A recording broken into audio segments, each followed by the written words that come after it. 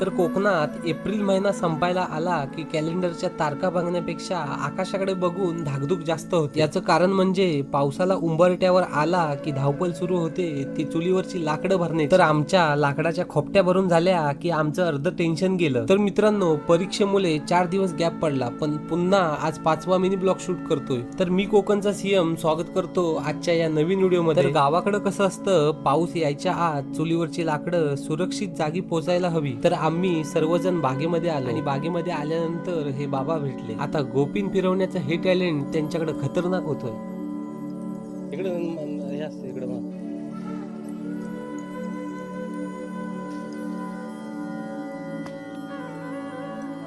तर लोकांना वाटतं कोकण फक्त पावसाळ्यात सुंदर दिसतं, पण त्या पावसाचा आनंद घेण्यासाठी एप्रिल मे महिन्यातली उन्हातली मेहनत कुणाला दिसत नाही। आता गावाकडच्या प्रत्येक पोराचा दिवस हा असाच जातोय। तर मम्मीने भाऱ्या अगोदरच बांधल्या होत्या, फक्त डोक्यावर घ्यायच्या होत्या आणि घरी घेऊन यायचं होतं। तर पोरांना शाळेच्या सुट्ट्या पण पडल्या होत्या आणि पावसाची पण शक्यता होती, त्यामुळं ही सर्व धावपळ सुरू होती। जवळजवळ 4-5 फेऱ्या मारलेल्या आणि पोरांची अवस्था काय झाली ना तर दाखवतो। तर मित्रांनो, आता गॅस भेटला किंवा नाही भेटला आम्हाला काहीच फरक पडत नाही, कारण की आमचा पावसाला सुखात जाणार। चला तर मग आजचा व्हिडिओ कसा वाटला नक्की सांगा, आणि व्हिडिओ जर आवडला तर आपल्या व्हिडिओला नक्की लाईक करा।